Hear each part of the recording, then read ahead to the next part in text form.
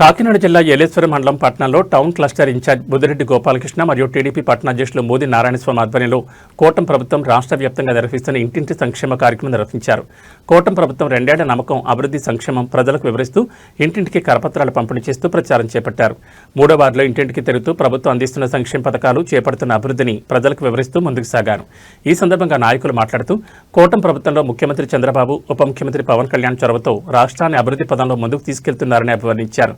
Super 6 పథకాల ద్వారా సంక్షేమాన్ని పారదర్శకంగా ప్రజలకు అందిస్తూ పరిపాలన సాగిస్తున్నారని కొనియాడారు. నేటి నుంచి 45 రోజుల పాటు గ్రామాలలో ఇంటింటి ప్రచారం కూటమి పార్టీ శ్రేణులతో నిర్వహించడం జరుగుతుందని తెలిపారు. ఈ కార్యక్రమంలో ఏలేశ్వరం పట్టణ నాయకులు మామిడి లలిత, ఎండగుడి నాగబాబు, సామంతుల గోపి, శంఖాని బాబ్జీ, రుచి రమేష్, కోట్ల కృష్ణరాయుడు, చిన్న, పలువురు నాయకులు, కార్యకర్తలు పాల్గొన్నారు.